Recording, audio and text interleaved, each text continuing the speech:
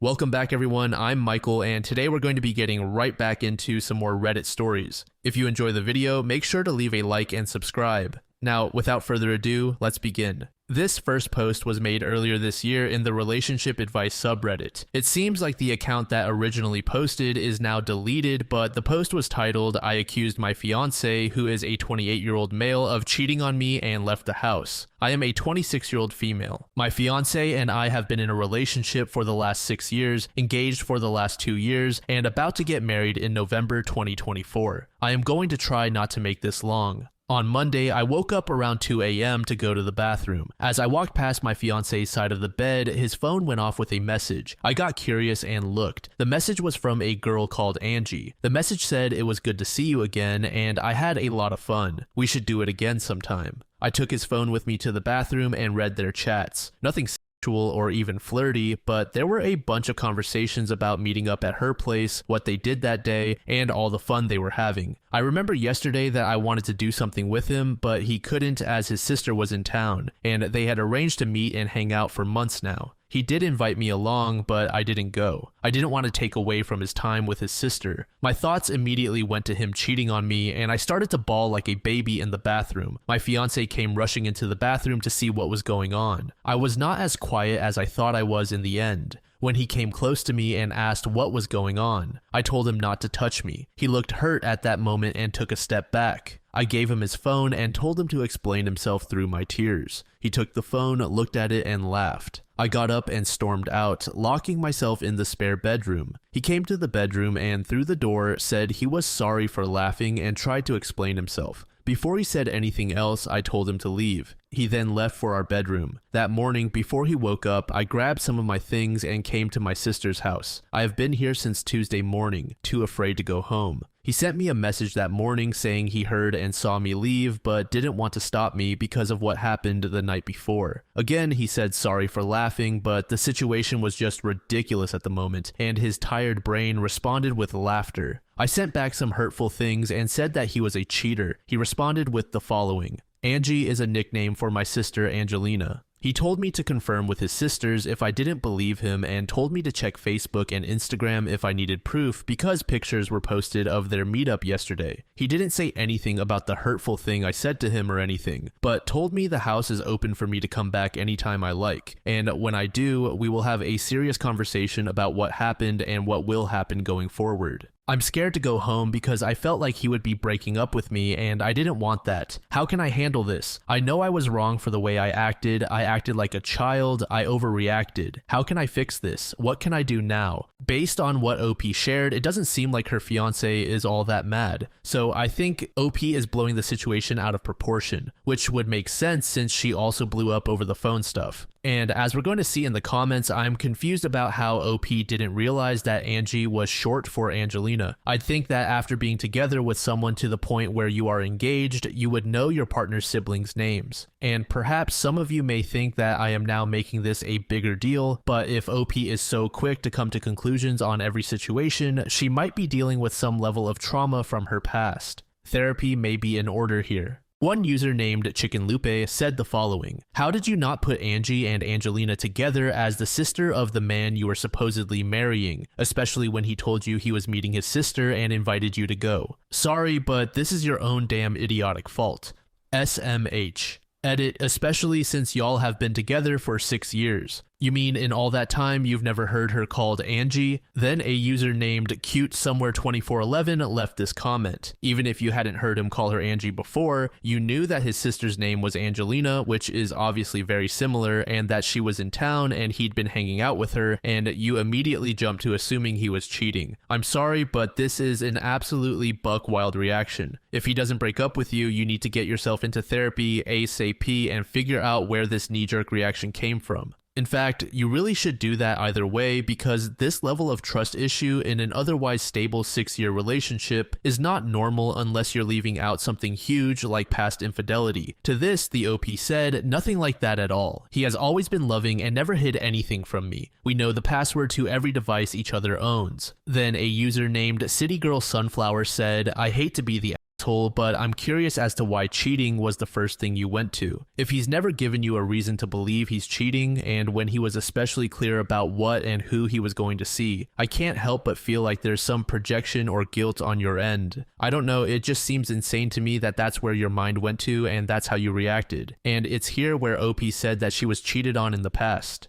The very next day, OP provided an update. I don't know what to do now, my fiance left me. This morning, I got ready to go home. Before I left, I had a final conversation with my sister, and she basically said the same thing as all of you. During our conversation, the doorbell rang and my sister went to have a look at who was there so early on a Sunday. My fiance walked in and I was actually excited to see him. I went in to hug him, but he pushed me away. I felt hurt at that moment and he asked to speak to me in private. We went up to the guest room where I was staying. I'm not going to say everything we discussed here, but the short of the story is, he found it very childish for me to run out of the house without talking to him. He said he could forgive all of that because misunderstandings happen, but he can't forgive how I acted and ignored him and hid from him the last week. My insecurities all throughout these years have taken a toll on him and he is done. The fact that a conversation with his sister caused me to do all of this made him see me in a different light. I did try and explain and he laughed at me, saying my reasoning is BS, as not just he but the whole family refers to his sister as Angie. I know that. He even brought up instances where I called her Angie myself. I tried to tell him that when I saw the messages, my mind just went blank and he responded with, "Stop making excuses. I'm done with this." He then said it was better to break up because he didn't see this relationship going any further. I showed him all my stuff was packed and that I wanted to go home that day. He just responded that it was all a little too late. He said it as if he was in a movie with no emotions on his face. When he looked at me, all I saw on his face for some reason was pity for me. He said he would be canceling everything and all the money that I have spent on the wedding so far will be in my account as soon as he gets the refunds. Before he left, he just said, "I hope you will find someone who will be able to handle your childishness and insecurities, but that won't be me." He brought all of my things to my sister's house. He and two of his friends unloaded everything on my sister's lawn and left. What do I do now? I haven't been able to eat the whole day and just keep crying. How can I fix this? I was wrong, I know, but it's not fair that he will dump me because of this. So with all Reddit stories, I like to give the poster the benefit of the doubt. But after reading this update, I can't help but think that this was totally made up. But I guess crazier things have happened, so let's just humor OP. If true, I think OP is leaving out a lot of additional context. Either that or that last conversation she had with her fiance on the phone had a very serious tone that she did not convey. I'm not sure about you guys, but when I read the part in the first post about how OP and her fiance were going to meet up and have a serious talk, I didn't think it was in a doom and gloom sort of way. More so, we need to iron some things out and we will be okay. And if you recall, I, along with many people who commented on OP's post, thought it was very strange that OP didn't instantly think of Angelina when she saw the name Angie. This is made even worse when OP says that she even called her Angie. She definitely has trauma that she needs to deal with. I'm sure there will be some people who think that OP's fiance overreacted himself by ending the relationship, but based on the information shared by OP, it seems that she has a long-standing history of being quote-unquote childish, and personally, I think it's rather mature to cut things off before they get even worse, even if you have invested a lot into the relationship.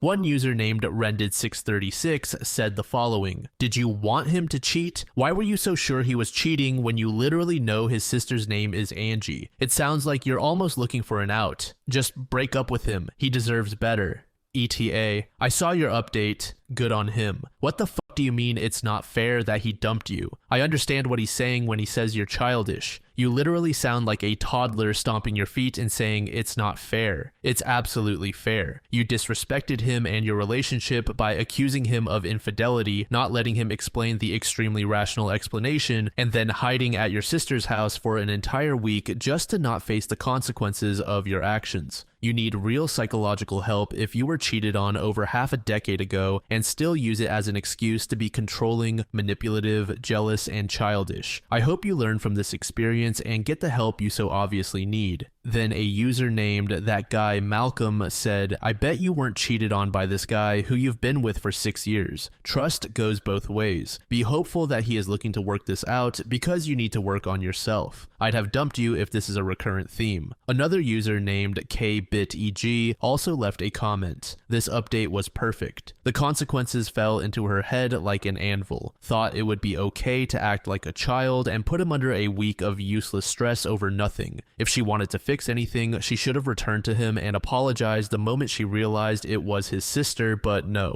A whole week of needless drama because she can't deal with adult emotions. I think one of the first things a person understands while maturing is how unfair the world is, and now is yelling it's not fair, like a child being denied her favorite toy. And to end off this story, I'm gonna go over this comment thread. User Renoa Rita said, I like how he explains it's her whole dramatic reaction to the situation. Like if she immediately processed it and said I'm so sorry and brought up the trauma and knee-jerk reaction, it seemed like he'd been okay.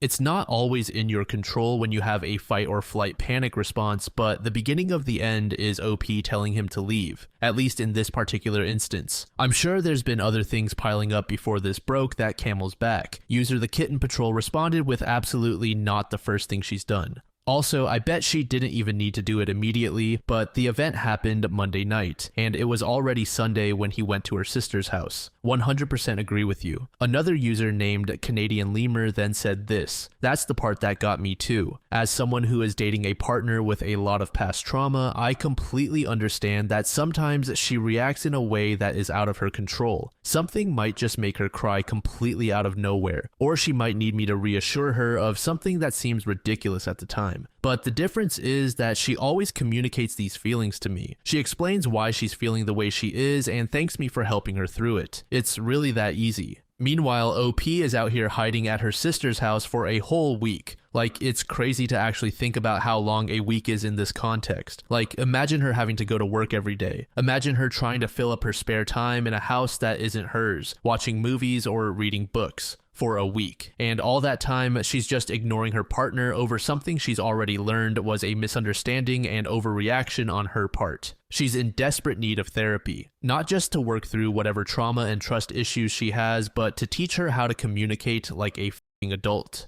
User Budu Floon then replied, yeah, it's so level-headed of him too. Especially because in healthy relationships, it's obviously better to communicate rather than let the issues stew unresolved. When OP says she's scared to go back because she's afraid she would get dumped, I was shaking my head because that seemed like the most straightforward way to have that happen.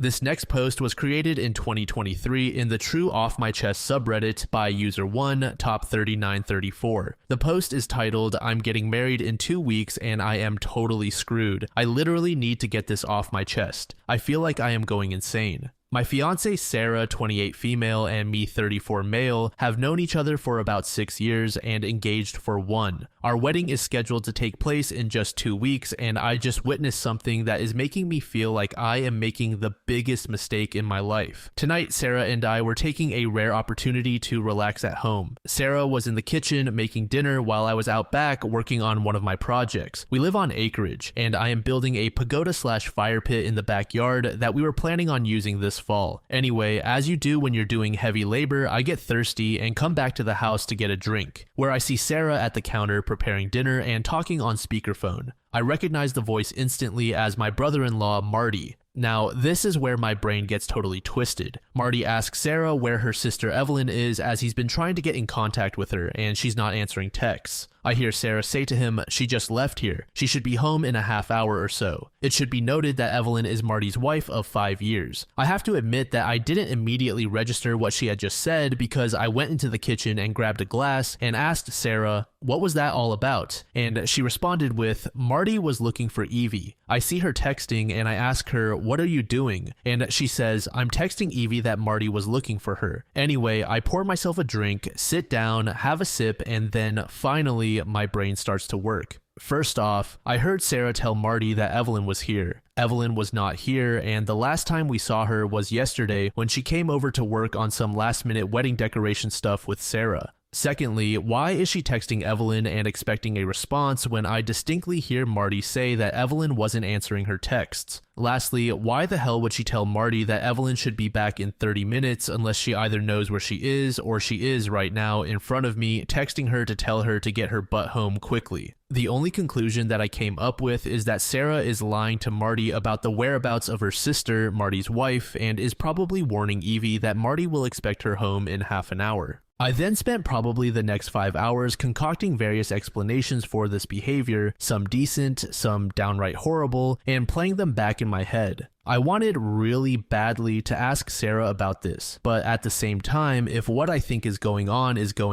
then I doubted I'd get a straight answer, which brings me to about an hour ago. I woke up around 1 a.m. to use the toilet, and I couldn't resist the urge to check Sarah's phone. We both know each other's pins, so this wasn't a difficult thing to do. Anyway, I grabbed the phone, retreated to the bathroom, unlocked it, and yup, it was exactly what I was afraid of and probably what most of you were expecting. Sarah's sister Evelyn has been having an affair for about 6 months with a coworker, and Sarah has been helping Evelyn cover it up for almost that entire time. There are literally hundreds of texts between them discussing it, discussing the coworker, discussing stuff, really embarrassing things about my brother-in-law, just stuff that makes my stomach churn, and here is my soon-to-be wife going along with all of it without batting an eye. I took some screenshots of the entire thread, put the phone back where I found it, and then retreated to my home office to find myself here typing it all out on Reddit simply so I can avoid the primal scream that wants to come out of my mouth right now. I am totally 100% screwed. I cannot marry Sarah. I just cannot do it. I can't think of any reasonable excuse she could offer me about assisting her sister in this affair and victimizing not only Marty but their 2-year-old daughter as well. On the other hand, myself, my family, Sarah, and her family have all sunk an enormous amount of money into a wedding that is supposed to happen in around 2 weeks.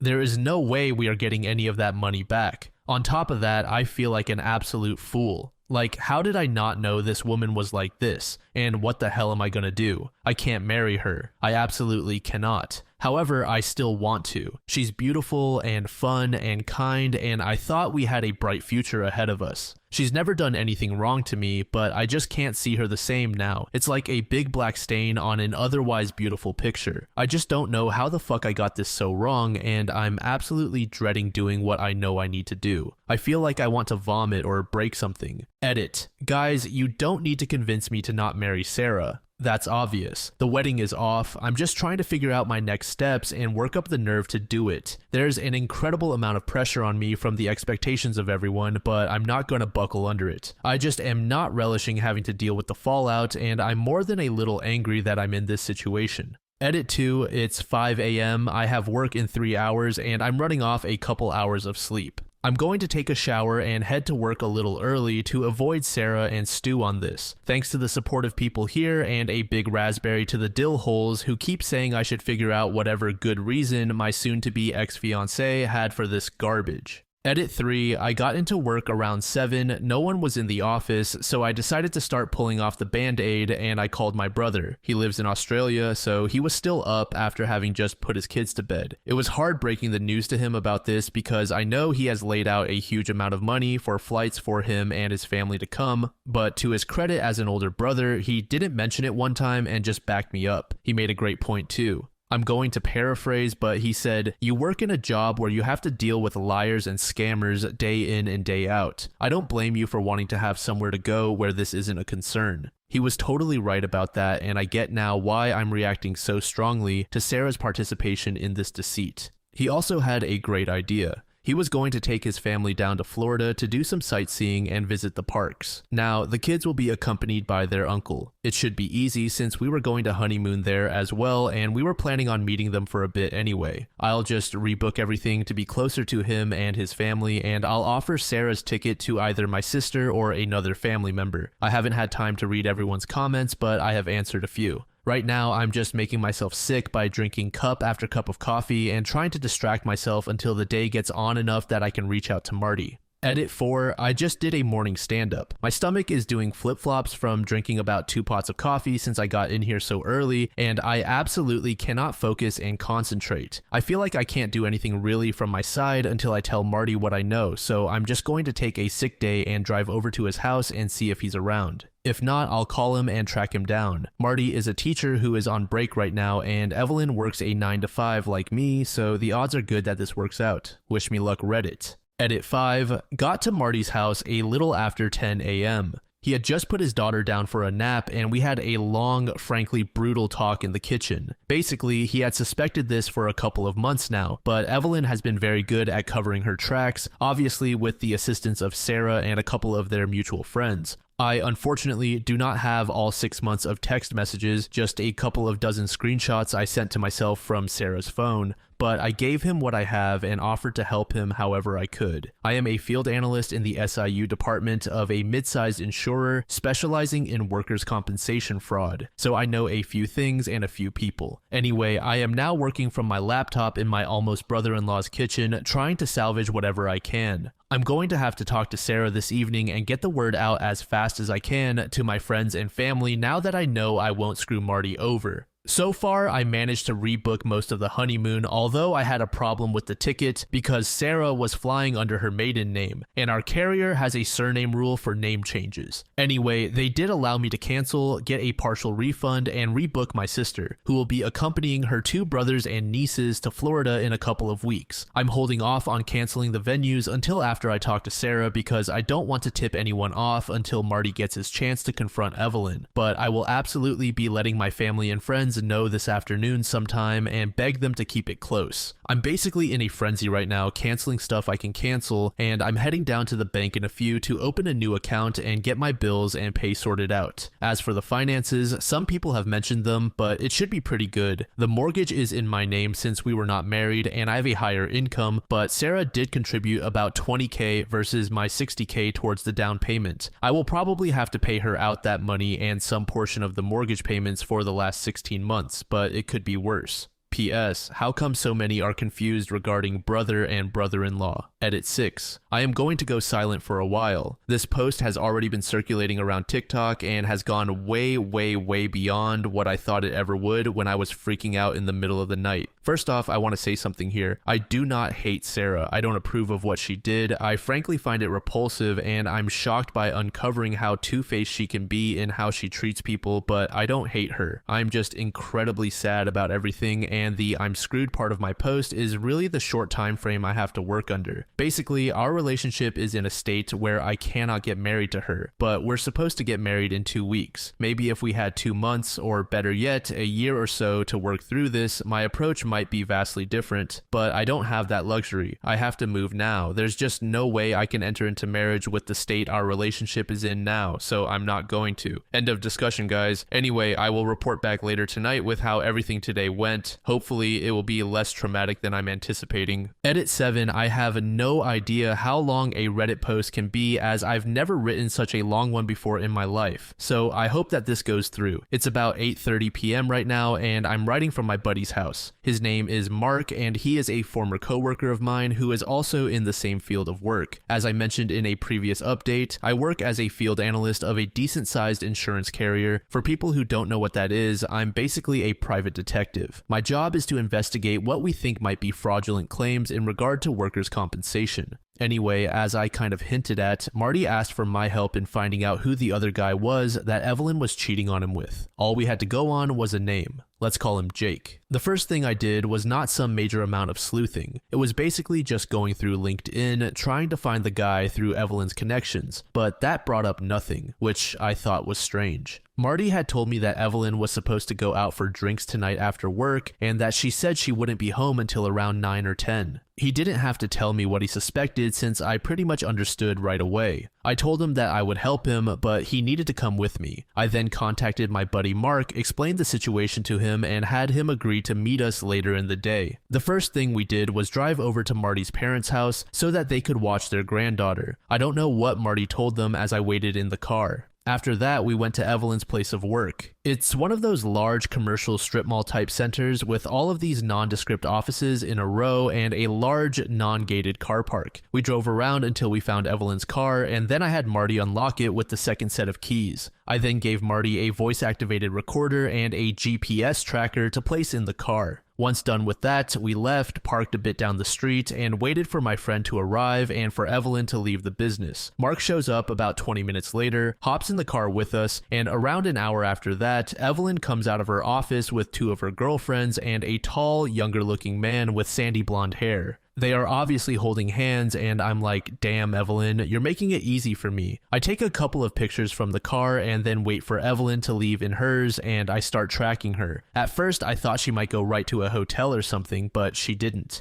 Instead, she drove to a reasonably nice bar and grill in a nice section of town and parked on the street. I drove by her as she got out of her car and entered the establishment. I found my own parking spot and went over the plan. First, we sent Mark in since no one knew him. He had basically two jobs. First, try to get any compromising pictures he could of Evelyn and Jake, and second, to be my alibi. Marty and I waited in the car for around 20 minutes until I got the first in the series of text messages from Mark. They were pictures of Evelyn and Jake making out in front of their two female co-workers. Marty's suspicions were right. They were helping Evelyn hide the affair from him. He was obviously very upset and angry. Evidently, one of the co-workers is married, and as a couple, they are good friends with Marty and Evelyn. Both of them have toddlers around the same age. I ask Marty if that's enough for him, but he says he still really wants to know who this guy is. I try to tell him that we can find out later, but he's practically begging me at this point, so I tell him to wait. I text Mark that I'm coming in and then enter the bar myself. The first thing I see is Evelyn and her crew laughing and drinking at one of those tall, round tables near the front window as I enter. I stop for a moment, pretend to be surprised, and then call out to Evelyn. "Hi Evelyn, what are you doing here?" She's obviously shocked to see me, and everyone around her tense up immediately. Evelyn quickly introduces me as her sister's fiancé and says that we are getting married in 2 weeks. There are a lot of congratulations from everyone. I thank them and then stick out my hand to the blonde guy and introduce myself with my full name, hoping that he'll respond in kind. He does, and I'm a bit taken aback. He's not named Jake. I introduce myself to everyone else and then tell Evelyn that I'm here to meet a co-worker. I wave to Mark and then excuse myself. Once I get over to Mark, I tell him the guy's name and we both whip out our phones and go to work. It doesn't take long for us to find him. He's got social media profiles and a couple of court case judgments against him. Everything sort of falls into place when we find out that Jake is his middle name. At this point, I'm basically just grateful that Evelyn isn't cheating on Marty with two different co-workers. It turns out that Jake is 26, married, and has a 1-year-old daughter. This just keeps getting better. Or worse. However you want to look at it. Anyway, I text Marty the guy's name and decide I want to push my luck and tell him to wait a few more minutes. Basically, I'm playing babysitter here at the bar. I'm totally visible to Evelyn and her crew. I can see out of the corner of my eye that no one is particularly happy about this, and my presence is really ruining the night. This is good. I let this go on for about 10 minutes and then told Marty to text Evelyn that he was spending the night at his parents' house with their daughter. It doesn't take long after that until I catch Evelyn taking out her phone, showing it to Jake, and then everyone deciding to pack up. Evelyn comes over to me, says goodnight, and asks me if Sarah and I want to come over for dinner this weekend. I smile and say that sounds like a great idea and wish her and her co-workers a good night. Mark and I wait for them to leave, then pay our bill and hurry back to the waiting Marty.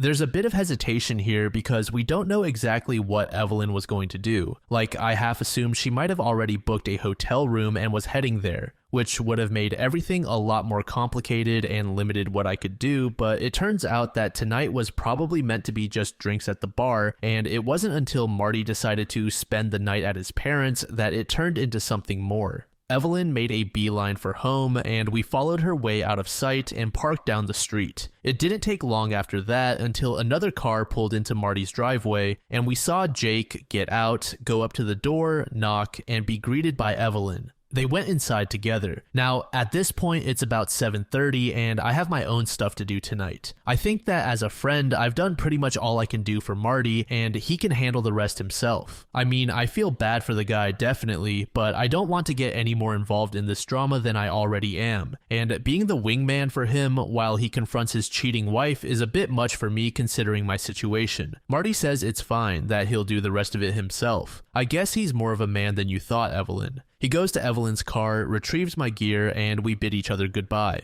That was almost 2 hours ago. I did get one text message from Marty saying it was done and he was going to his parents' house, but my phone hasn't been blowing up. So I don't know what's been going on with Evelyn, and I've been at Mark's since then. I think that basically concludes my part in Marty's story. If he was smart and listened to my advice, he was recording with his phone when he entered the house. I'll find out later. Anyway, my biggest priority now is to head home and tell Sarah that the wedding is off. She's almost 100% going to take it badly. There's no way she won't, but like I said, I just can't get married to her right now. I don't know what the future holds for us or if we are done with each other or not, but definitely we are not getting married anytime soon. Also, for people who keep saying, why didn't you talk to her first? Why didn't you confront her? I have to say, are you people stupid? She stone cold lied in front of me to her brother-in-law that she has known for about 10 years and purportedly thinks is a really great husband and father. Maybe you are naive enough to think that someone can lie that coldly to someone they are supposed to care about and then tell you the truth. But I'm not wired that way. Until that moment, I never had cause to ever second guess Sarah or not trust her, but she was literally untrustworthy in front of my face and I'm supposed to let it slide or expect her to be honest to me? I guess you don't know what it's like to have your entire view of someone shift in an instant. It's disorienting and, frankly, a bit panic-inducing. I'm actually impressed I kept my head and followed my instincts instead of pressing her right away because it led me to the truth. It would have been ridiculously easy for her to lie to me and then delete those text messages. And if she had done that, then I would never have read the horrible things she said, never seen how she can be so duplicitous and two-faced, and never realized how little I actually knew about her.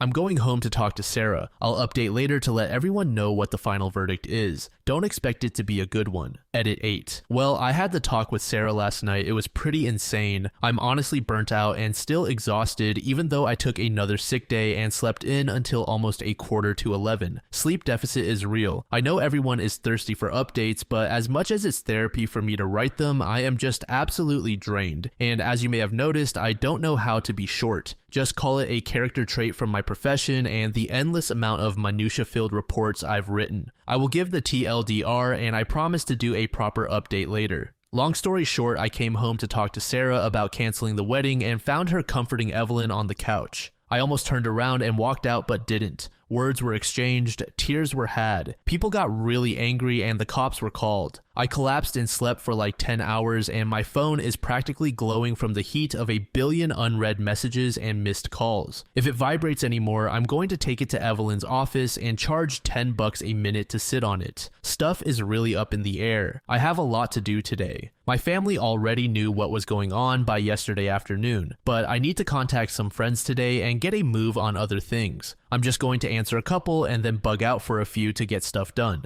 First, I am not James Bond. I am the guy who follows around the disabled construction worker to a Zumba class or skydiving lesson. I've been doing it for about 5 years and I'm pretty good at it. Nothing I did went beyond a $50 GPS you can buy from Amazon and a tiny bit of social engineering. You might be surprised how far social engineering can get you, but whatever. Second, I am off the clock on the mysterious case of Marty and the Hobag Hobgoblin. Whatever Marty does with the info he has, including contacting the other wife, is on him. I'm not interjecting myself into this mess any more than I have. Marty is a good friend, but I have my own little world collapsing right now, and now that I don't have my moral indignation to distract me, it's becoming a bigger burden than I have been letting on. Third, I am not an aspiring screenwriter or novelist. I do, however, write a lot of reports. You have no idea. Most of my life is actually spent hunched over a laptop, writing a report, or transcribing statements. For every hour I spend doing field work, I probably spend 10 doing paperwork or research. Fourth, you are right that I was wrong to leave Marty to go it alone. I didn't have any fear, not even an iota, that Marty would do anything stupid, but I didn't properly take into account the risk to him. That's a personal failing of mine. It's not that I don't care, I just tend to estimate that other people handle things like I do.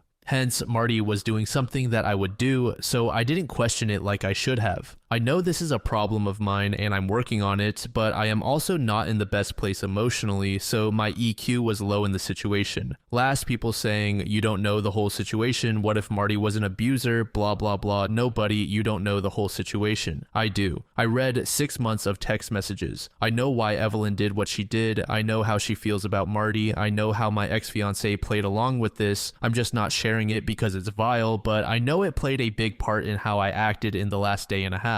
Trust me, if Sarah had done something, anything other than encouraging and egging on Evelyn, we'd all probably not be here. But she did, so we are. Anyway, that's it from me. I will try to update again in the next few days with the whole fallout, but I am probably going to be mostly off Reddit for now. Best of luck to everyone, and thank you to all the people backing me up. It meant a lot to me and helped to keep me sane. Well, some semblance of sane anyway. Edit 9, I tried posting an update to this subreddit under a new post because it's freaking huge, but AutoMod keeps eating it. Unless the mods decide to recover the post, you can just check out my user profile for the next part of this messed up saga. One user named Prince COO commented the following: trust yourself. My wife covered for her best friend, someone who was actually one of my good friends too, for a couple of years. I remember after a girls' night, she came home and told me our friend was unhappy in her marriage and was thinking about cheating. My response was basically that she should leave her husband if she didn't want to work on the marriage before that, and she agreed with me. I never heard another word about it until she told me about the whole thing the night our friend planned to reveal to her husband she was pregnant with another man. Everything came out. My wife even shared the shit our friend said about her husband, the jokes they had, everything very similar to what I imagine you found on her phone, and I was absolutely appalled. But my wife rationalized it by saying it wasn't our place to get involved in their issues, which I begrudgingly agreed with, especially as our friend was blowing up her family that same night anyway. So what did it matter now? Well, it turns out that if your wife is capable of going along with that level of deception and is okay with talking shit about someone else's husband while being unfaithful, then she is 100% capable of doing it herself and feeling entirely justified the whole time. The whole aftermath of the sorry situation, she was right alongside me in what I thought was shared disgust, pity, and moral stance. Only for about 12 months later, she turned around and did the same thing to me, but arguably worse in ways I will not go into. Avoid the inevitable kick in the nuts, my friend, and find a woman you can actually trust and who walks the walk, not just talks the talk. A different user named It's Quite a Pickle left this comment. You may have sunk money into the wedding, but if you divorce, it will be worse. Trust has been broken and the chances of it recovering are slim. You'll always wonder if she is lying to you or even question her fidelity. Or worse, she may gaslight you and accuse you of breaking her trust by snooping. If you think that you have the ability to fully forgive and forget, then and only then commit to marriage. Otherwise, it will eat at you and there will only ever be one outcome to that. Another comment left under this post was by user 123SX The comment said, if she can lie so easily for her sister, then her sister can easily lie to you too. Birds of the same plumage flock together. This is terrible for your in-laws. She sees no issue with her sister cheating on her husband. To her, it seems like a normal thing and even covers for her. I don't see what explanation she can possibly give that justifies her actions. She is just as evil as her sister. Show those text messages to your in-law in his place, I would definitely want to know, and he should get a DNA test done on their child. At the end of the day, you know who you will be spending the rest of your life with when someone shows you who they are the first time. Believe them because that's exactly who they are. OP saw this comment and actually replied. This is what he said. Look, I don't think she is evil and I'm not even willing to call Evelyn evil. Stupid, absolutely dishonest, and deceitful, yup, on both counts. The problem I have is, as you said, Sarah has shown me who she is and I don't like it. It's incompatible with my own morals and even on a selfish level, I just can't damn trust her now. Not the best way to go into a marriage, so it obviously needs to end. I know I need to tell Marty and I will. I just don't know how to do it. It's not like I can anonymously send him Sarah's chat messages. It'll be obvious who it's from. So now, not only am I going to cause a huge amount of drama with our families over the wedding, but I'm injecting myself into another marriage that is probably going to implode. This all sucks. And we got jackoffs questioning why I want to break something. Can you imagine how frustrated I feel right now? About 5 days after the first post, OP gave us an update. Hi, it's me again. I want to thank everyone who has sent me kind messages and support here on Reddit and even on other platforms. This has really blown up, and frankly, it's totally bizarre to see my life plastered all over the internet, but it's also nice to see so many people seeming to be genuinely concerned for me. It helps a lot. At first, I had a bit of trepidation about how visible this became, like, what have I done? But since this past weekend, I decided to just roll with it. After all, the cat is already out of the bag, and I really believe I've done nothing wrong here, despite a small minority of commentators saying otherwise. First off, I left Mark's house pretty late that night. Sarah already knew I was out discussing business with him, although she had no idea that the business was actually her sister's affair. But still, it was getting to an unreasonable hour, mostly because I was trying to get up the nerve to go home and face her. After about 2 or 3 pep talks from Mark, I finally got off my keister and texted Sarah I was coming home and left in my car. As I said in the last update, I was pretty surprised when I got there because when I walked into the house, Evelyn was crying on the couch with Sarah. I hadn't seen Evelyn's car in the driveway when I came home, so this was probably the last thing I was expecting. I froze for a moment and almost turned around and left. This was not how I imagined this going down, and I knew that Evelyn's presence was going to make a bad situation a million times worse. Still, I had a timetable that I wanted to move on. I had friends I needed to notify and wedding preparations to cancel, and the proverbial clock was ticking in the back of my head. When I entered the room, both Sarah and Evelyn looked up at me in acknowledgement, but the tirade of accusations never came. I just stared back, raising my eyes in question. The moment passed and Evelyn went back to crying, Sarah back to comforting, and I let it awkwardly hang in the air for half a minute while I thought. It seemed that Marty hadn't mentioned my assistance in the uncovering of Evelyn's affair. I decided to play dumb, not for any reason other than to see how Sarah reacted. I took a seat on a recliner, put down my laptop bag, and took my phone out of my pocket. I made it look like I was fidgeting with it and then asked them, "What's going on?" Evelyn just continued to cry, but Sarah looked at me and said, "Marty is divorcing Evie." Well, yes, I figured as much. I decided to push ahead with the obvious question. "What for?" I asked her. Sarah stopped patting Evelyn's back for a moment and looked at me. I could almost see her face twist and contort. Imagine the look a 5-year-old makes when you tell them to eat their broccoli or finish their lima beans.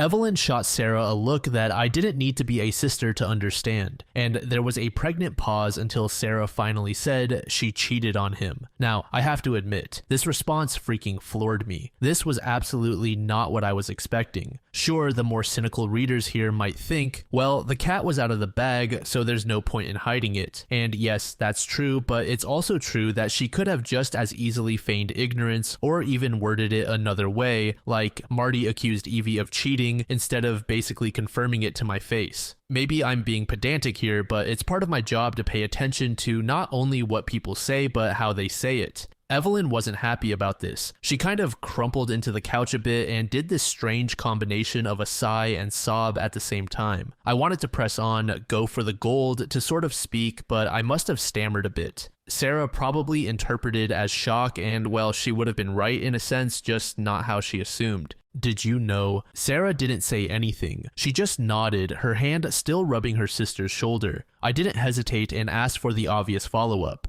"How long?" The answer came back a lot easier than I thought it would: 6 months. I was shocked by how easily she admitted to it. Evelyn was shocked as well. She smacked her sister's hand off her, and I think even Sarah was a little shocked at saying it out loud. I leaned back in the recliner and rubbed my face. Time to tug the rest of that band-aid clear off. "We're not getting married." There were 2 looks like stunned goats and a chorus of "huh, what?" from both sisters. I stood up and repeated myself. "We're not getting married. I can't marry someone who would cover up adultery, especially not for 6 months. Sarah sprang off the couch and opened her arms. Her body language was, "You can't be serious." But I just put my hands in front of myself. "I'm serious. I don't like this not one bit. I don't like that you took part in this, and I can't get married to you with how I feel. It would be a mistake." The waterworks started immediately, and even Evelyn did that thing with her mouth that looked like a perch trying to suck air. There were wails from Sarah, accusations of not loving her, appeals to my sense of duty, to the loss of money, the inconvenience to all our friends, the embarrassment of it all. It was frankly nothing I hadn't already thought about, but it definitely felt different hearing Sarah say it through body-racking sobs. It was at this point I probably made a big mistake. Well, maybe not, because I have no idea how long Marty would have kept my involvement in everything off the books, but in an effort to convince Sarah of the finality of it all, I said, "Look, I already canceled the honeymoon. It's not happening. I knew it was a bomb the second it left my mouth, and the explosion was damn near immediate." Evelyn, to her credit, had always been pretty quick on the uptake, which is probably how she had managed to fool her husband for so long.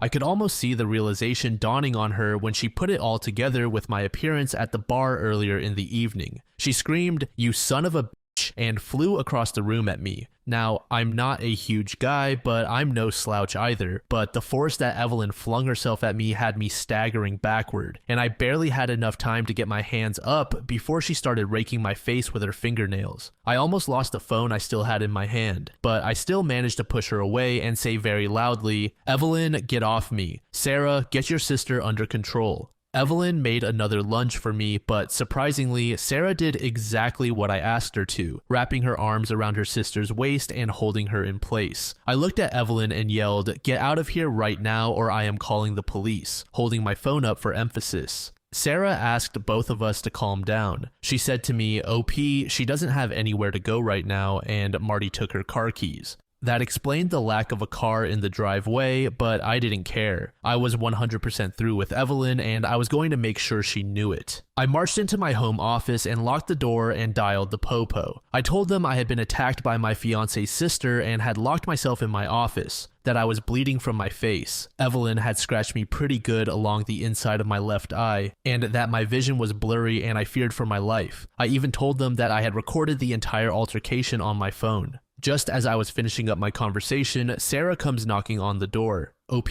please come out. We need to talk about this. And please, I love you. Don't do this. We don't need to do this." And even Evelyn is sorry. She wants to apologize. I'm pretty sure that last one was a lie, but Sarah was obviously losing her shit. I didn't answer her, and her attempts to cajole me out of the office ended probably right when the police rocked up to our front door. I could hear Sarah talking to them, and I decided to come out. The cops were two males. One of them looked younger than me, maybe around Sarah's age, and the other one looked older and more annoyed about life in general. I introduced myself, pointed at Evelyn, stating that she attacked me, and offered to show the cops the recording I made. The younger one asked me if I wanted to press charges. I said yes. He asked me again if I wanted to press charges. I said yes again. At this point, both cops looked at each other, and before the young cop could open his mouth again, I said, "Yes, damn it, I want to press charges. I have video evidence and this is going to court, or else I'm going to call up your boss and ask him to come down and do it himself." I actually dropped their boss too. I think they were pretty surprised that I knew his name, not that we are friends or anything, but given my line of work, I spent plenty of time interfacing with local law enforcement, and I have met most of the brass or talked to them on the phone a couple of times in the last few years. Honestly, at this point, I was getting pretty hot under the collar, and while I get what these guys were thinking, I don't agree with it at all. Facts are facts. Sure, I might not be bleeding out on the floor, but Evelyn assaulted me in my own home, and I wanted her gone.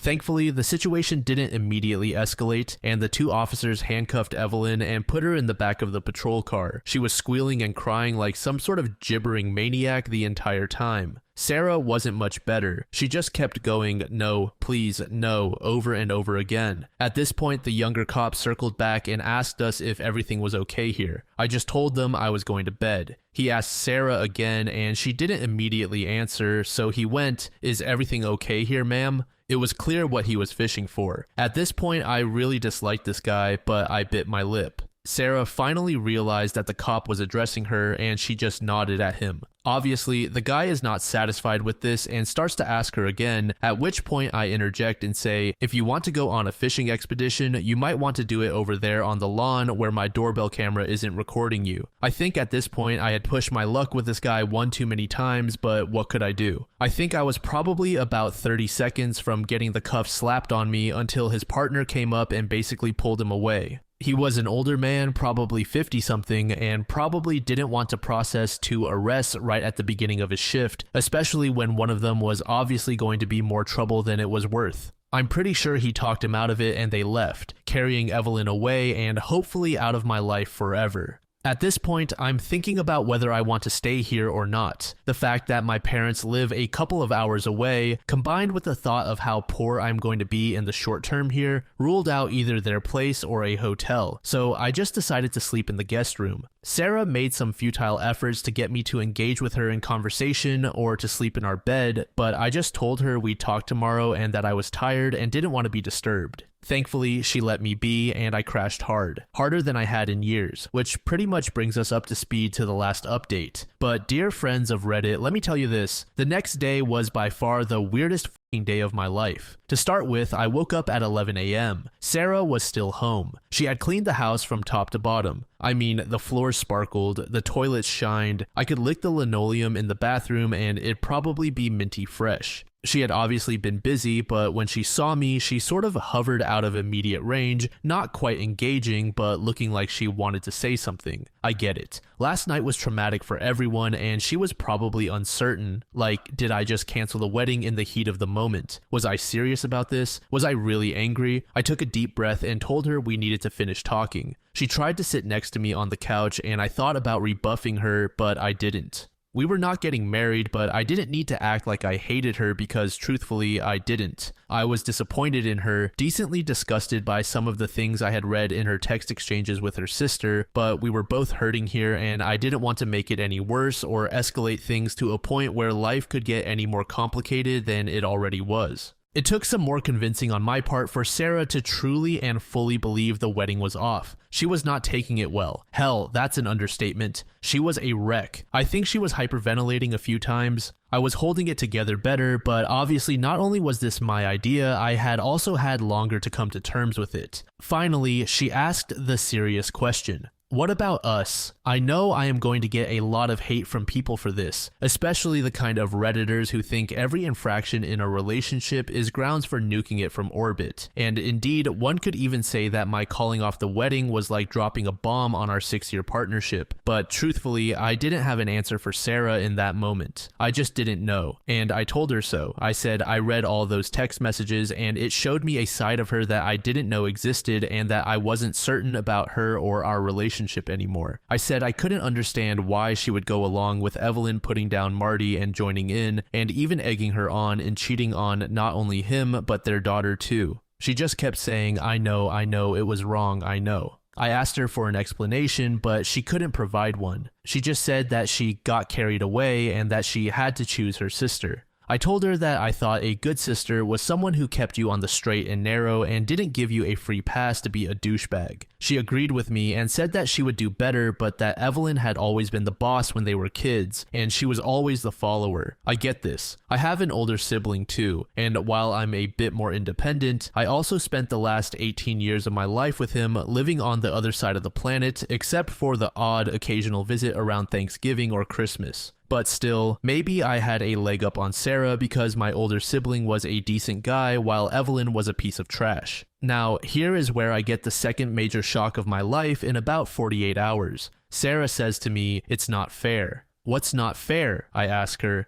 "You were sexting that bimbo wife, Mandy girl, on Instagram last year, and I got over it. I was so hurt, but I got over it. Why can't you get over this? Why? What the hell is she talking about? Who is this bimbo wife, Mandy? I have no fucking clue." I asked her if she was high or having a psychotic break. Like, okay, that was mean of me, but I have absolutely not been doing cybersex or sexting or whatever with anyone, especially not some Instagram girl. I'm protesting pretty loudly at this point, and Sarah is yelling at me through her tears, telling me that she saw the messages last year and that she decided to not confront me because I had stopped it. Evidently, she had been checking my socials from my home computer when I am at work, which should have been really boring because I have only family and a couple of work friends on there. I try to make this case to her, offering to let her log into all my accounts and check for herself, but she's just calling me a liar and a pervert and all sorts of shit. She starts throwing stuff at me, and so things are getting out of hand. I tell her that if she throws one more thing, I'll have her taken out of this house just like her sister. She swears at me, stomps off to the master bedroom, and slams the door. Now, at this point, I am so damn confused, I barely know what to think. I head into my office, fire up my desktop, and type bimbo wife Mandy into Google. Sure enough, there is an Instagram, a Twitter, a Reddit even, and of course, an OnlyFans. I click on one of the Instagram links, and up comes a post of an extremely busty woman, clearly pushing the limits of science and technology, and oh, guess where she's from? Australia. Well, everyone, remember all the nice stuff I was saying about my brother? Guess who was staying with us last Christmas all the way from Australia? Guess who I told, sure, go ahead and use my office computer to play games if you have jet lag. As far as I can tell, my brother, after his wife and kids went to sleep, logged into either Instagram or OnlyFans or something and was probably paying money to sex with this girl. What a great fucking guy. Now, I would love to call my brother and not only confirm my suspicions, but also give him a goddamn earful, but it's like 2 or 3 in the morning there. So it's going to have to wait, but I am crawling the walls here trying to sort out how I feel about everything. I feel totally let down by everyone. I think to myself, damn, what is this world coming to? For a brief moment, I try to connect the dots between whatever the hell Sarah saw my brother do and what she did with Evelyn, but try as I might, it doesn't really come together. Maybe she's a more tolerant or forgiving person than I am, which is why she didn't confront me when she saw this, but I wish she had. It would have given me an opportunity to directly tell her my whole personal stance on these things and to even show her how I would act. It might have influenced her in a good way later on, or maybe it wouldn't have mattered, I don't know. All I know is that this post is becoming a novel, and I have blown off most of the morning when I should have been working to get this out of my head and onto this page. I feel better for doing it, but there is still probably another 2. 3 posts left to tell. I'm not going to post them to this subreddit anymore. I'm not sure that they'd let me, but I will try to quietly update my profile in the next day or 2 with the rest of the blowout. Talking to my brother, talking to my parents and Sarah's parents, and finally where Sarah and I stand. One thing that I can say, however, is it seems like most of my immediate family relationships are incredibly strained for various reasons. My parents are largely supportive, but that's becoming less so now that the reality of the financial loss is setting in. Yes, the marriage is still off. That was pretty much a certainty from the get-go. Sarah's parents are a bit more pissed, and I'm sure they are sticking pins in voodoo dolls crafted in my image right now. Evelyn, for people who are wondering, is no longer in jail. She got Sarah to bail her out, and I even laid into Sarah for that, calling her her sister's underling, which I think actually struck a chord with her because she wrote me like a 20-page letter about how her sister always bossed her around throughout her entire childhood. I've read it twice now, and I wish we had talked about this pretty much any time within the last 6 years. Maybe things would be different, I don't know. Anyway, Reddit, if anyone is still interested, expect a final chapter of this saga in like a day or 2 and maybe a follow-up after the former wedding date passes. One user named SARman82 said the following: "Yeah, your brother would be in the shithouse with me if I were in your shoes. Did you finally point out the truth about Busty Mandy to Sarah? I'm not saying blow up his marriage, but a conversation needs to be had, and most Ricky tick. I know everyone on these subs goes straight to, she's cheating on you too, but with all these revelations, could it be totally out of the realm of truth? I mean, she thinks you are sexting someone, she covers and, for all intents and purposes, leads her sister's affair, and to top it off, keeps all these secrets from you for a long time. I know you downplayed your sleuthing skills, but your story has some Batman-level detecting. Employ those skills and do a deep dive into Sarah to see what skeletons she has. As for the family and friends, don't listen to anyone trying to force you into a decision you're not ready to make as far as your relationship.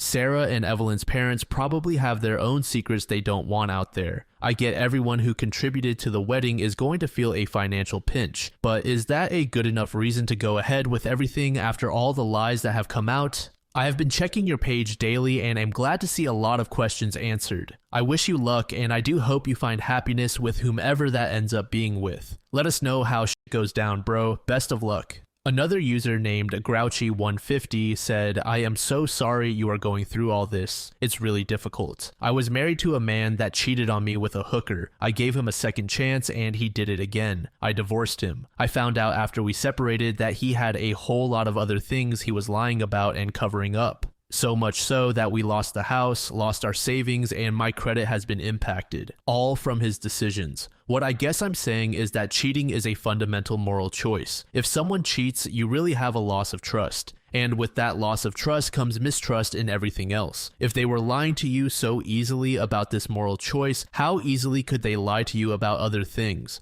Now, it's a little different in your situation because she didn't cheat on you. However, she lied to you by omission. She made moral choices without thinking about how they affected you. She hid that she knew about your transgression and made the choice to forgive you. She thought you cheated on her with an OF person and then just forgave you and went on with life like it never happened. What? Is her self-esteem so low she doesn't view herself as worthy enough to demand respect? Or is she hiding something else that makes it easy for her to forgive your transgression? Either way, it's not only tragic but very concerning. It really calls into question her decision-making skills and where her moral compass lies. I'm actually quite invested in your story, probably because I can relate to your experiences on some level. I really do wish you well through all this. I shall keep up with your updates. Then another comment by a user named Bleacher Blonde contained the following. Maybe her thinking you were messing around really messed with her. I don't know. This whole thing is just so crazy. You have to decide if you can stay with her or not, and what she did was horrible. But we all screw up. I've screwed up big time, and I'm sure you'll do something stupid one day too. I wasn't cheating FYI, maybe not, I don't know. But I think you owe it to her and yourself to really take your time and consider if you are willing to work this out with her. If you do, you have to leave it in the past. If not, okay, move on. I hope it works out for both of you, whatever that ends up being. Thanks for keeping us updated. I was so totally for you dumping her ass at the get-go, but those who know us best can also use our weaknesses to their advantage. And yes, she is her own person, but her sister is clearly a piece of work, and we've all done things we've regretted because of the influence of others. Your GF is totally on the hook herself, but I'm just saying we all have moments of weakness and fuck-ups. I don't know her or her sister or you, and if you can't ever forgive her, then move on, but take your time and think about it. And that's where we're going to leave off on this story for this particular video. When I found this story, I was not expecting it to be this long. I think this video is about an hour long now, so I have to split the rest of the story into a different video, but by the time this video goes live, the second part should also be up. If it isn't, it will be uploaded at some point in the same day.